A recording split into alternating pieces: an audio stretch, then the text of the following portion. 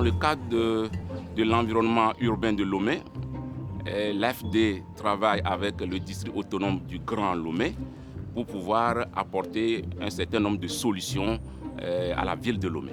C'est dans ce sens que depuis 2008, 3 types de projets dénommés projets environnement urbain de Lomé sont mis à jour et exécutés.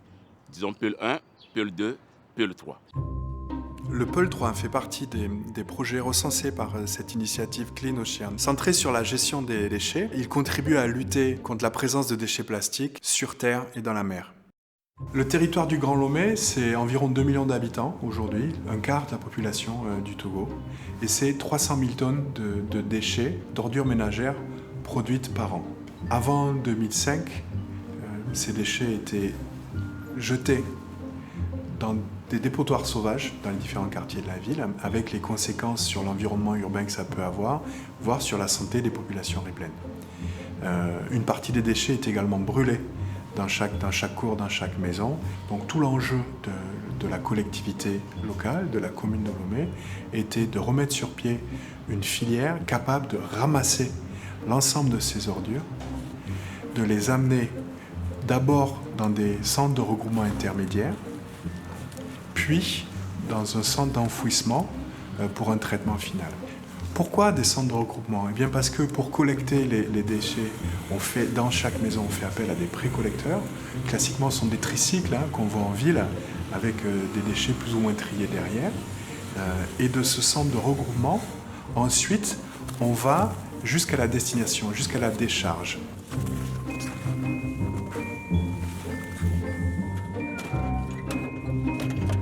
Qu'est-ce qui s'est passé en 2018 quand la collectivité locale, la commune de Lomé, a décidé de fermer la décharge d'Aguenivier ? Il y avait des récupérateurs. Il y avait 66 récupérateurs qui vivaient de la recherche, du tri, de la récupération de déchets sur cette décharge.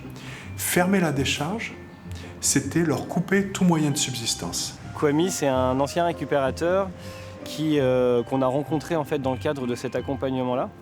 Et au sein de nos propres activités qu'on est en train de développer de gestion des déchets, on cherchait des personnes motivées pour faire un travail qui n'était pas forcément très sympa.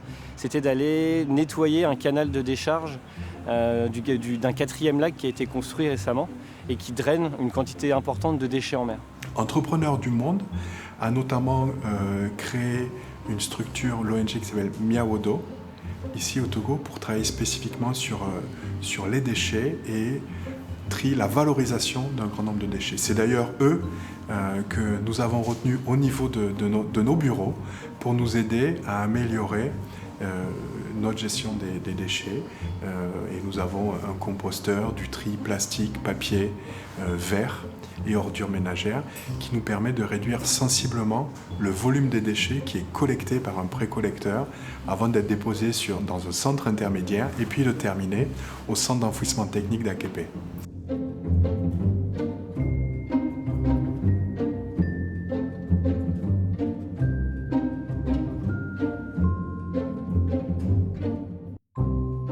Le PEL 2 a donné une réponse à ce besoin-là d'avoir une infrastructure de traitement des déchets de façon écologique et durable.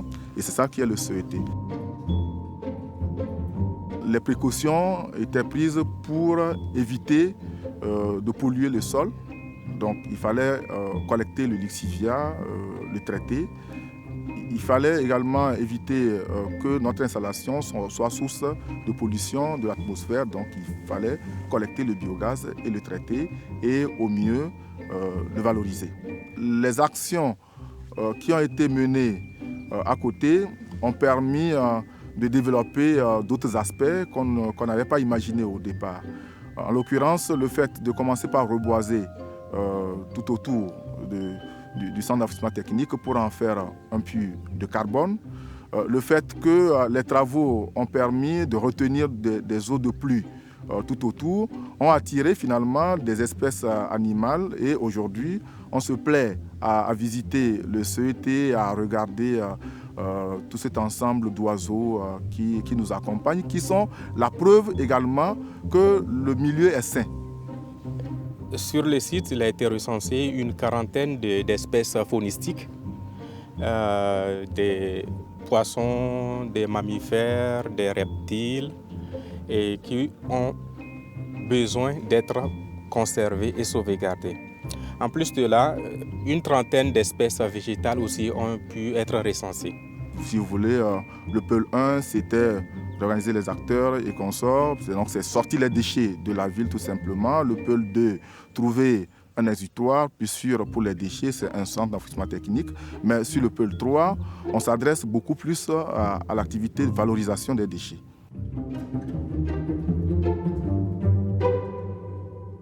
Le plastique, ça arrive de quelques partenaires.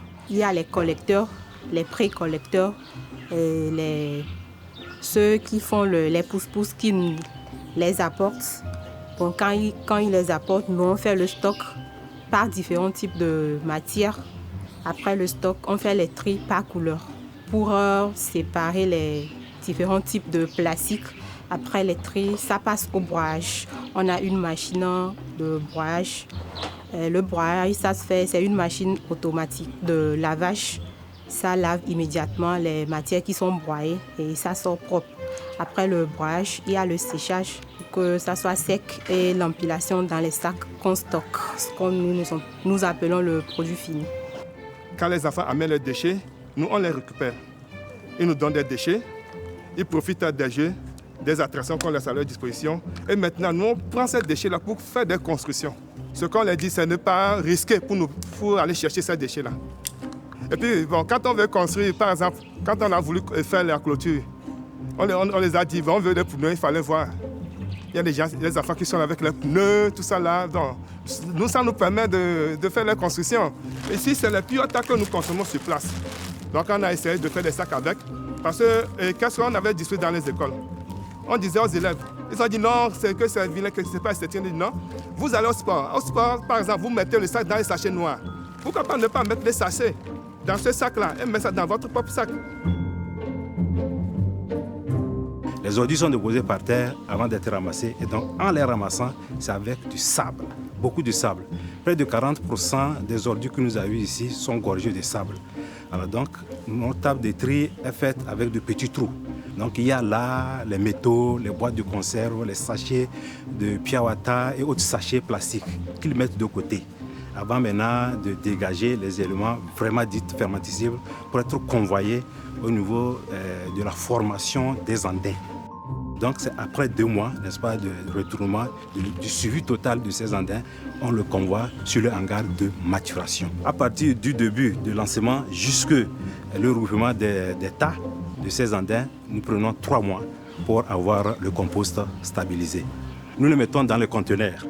Il y a une société qui a pris un contrat avec les autorités qui vient prendre ça et toutes ces ordures sont convoyées au niveau de AKP, du centre d'enfouissement de la CET de l'autre côté. Ce que nous devons faire pour les sachets plastiques, désormais, si quelqu'un va par exemple payer la nourriture, on lui donne les sachets, il peut ramener, il peut laver le sachet et ramener. Les déchets, c'est lié au comportement des individus et à l'intime. Il y a une perception et c'est très difficile de vouloir imposer quelque chose. On doit susciter l'adhésion des citoyens. Et c'est pour ça que la commune de Lomé a développé des campagnes de sensibilisation à l'hygiène collective, à la gestion des ordures ménagères dans les foyers. Ça a été fait dans le cadre de la 2e phase du programme environnement urbain de Lomé et une nouvelle phase de campagne de sensibilisation va démarrer très bientôt dans le cadre de la 3e phase.